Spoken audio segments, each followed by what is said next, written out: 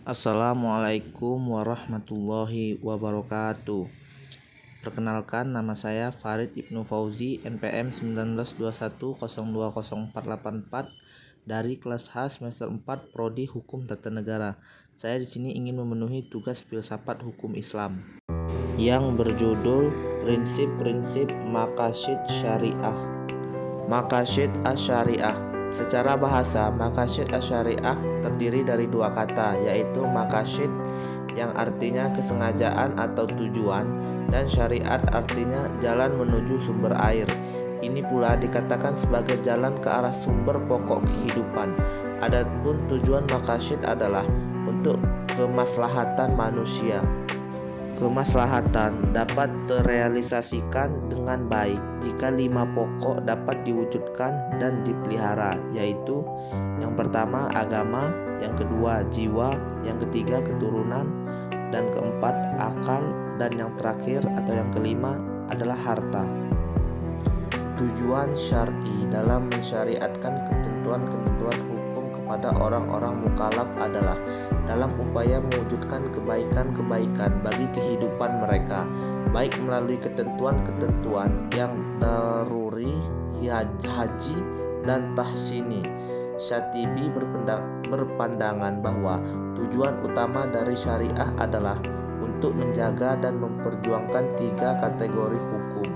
Tujuan dari 3 kategori tersebut adalah untuk memastikan bahwa kemaslahatan kaum muslimin baik di dunia maupun di akhirat terwujud dengan cara yang terbaik karena Tuhan berbuat demi kebaikan hambanya. Kemaslahatan yang ingin diselesaikan adalah yang memiliki syarat seperti berikut. Pertama, masalah itu harus real atau berdasarkan prediksi yang kuat dan bukan khayalan. Yang kedua, maslahat yang ingin diwujudkan harus benar-benar dapat diterima akal. Yang ketiga, harus sesuai dengan tujuan syariat secara umum dan tidak bertentangan dengan prinsip umum syariat. Yang keempat, mendukung realisasi masyarakat daruriyat atau menghilangkan kesulitan yang berat dalam beragama. Adapun manfaat mempelajari maqasid asy-syariah ialah sebagai berikut. Yang pertama, mengungkapkan tujuan, alasan, dan hikmah tasyri baik yang umum maupun khusus. Yang kedua, menegaskan karakteristik Islam yang sesuai dengan tiap zaman. Yang ketiga, membantu ulama berijtihad dalam bingkai tujuan syariat Islam. Yang keempat, mempersempit perselisihan dan tasyhub di antara pengikut mazhab fikih. 1.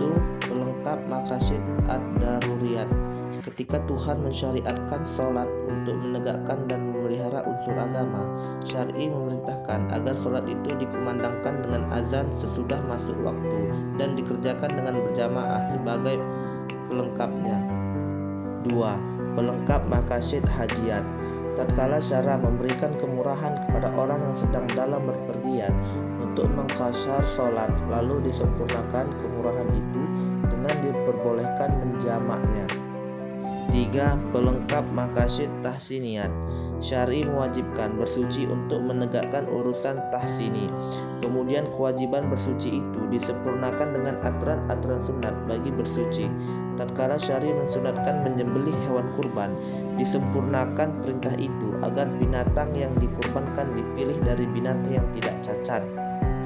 Sebagaimana dijelaskan dengan berulang kali bahwa tujuan hukum perundang-undangan ialah untuk mewujudkan kemaslahatan dan menolak kemudaratan bagi manusia.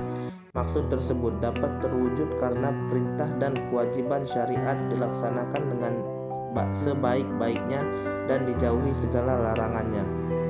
Pengetahuan dan pemahaman yang benar mengenai sebab-sebab perintah itu dikeluarkan menjadi pendukung utama untuk mentaati perintah syariat. Karena sebab-sebab syariat dikeluarkan selalu mengikuti status hukum musababnya. Artinya, jika status hukum musababnya adalah wajib, maka wajib pula hukum sebab yang terjadi perantaranya. Tak ada bedanya dengan perintah-perintah syariat, larangan-larangannya, dan mempunyai perantara-perantara yang mengantar pada perbuatan itu terlarang. Tidak logis apabila suatu perbuatan itu dilarang, sedang perantaranya diperbolehkan. Oleh karena itu, perantara dari suatu larangan yang kuat seharusnya mengikuti status hukum yang diperantarai, yakni terlarang juga. Berdasarkan ketentuan tersebut muncullah dua kaidah yang penting, yaitu: 1. Sesuatu yang menjadikan kewajiban sempurna karena wajib adanya. 2. Menutup jalan menuju ke perbuatan terlarang. Mungkin sekian hasil presentasi yang dapat saya sampaikan. Saya akhiri. Wabillahi taufiq wal hidayah. Wassalamualaikum warahmatullahi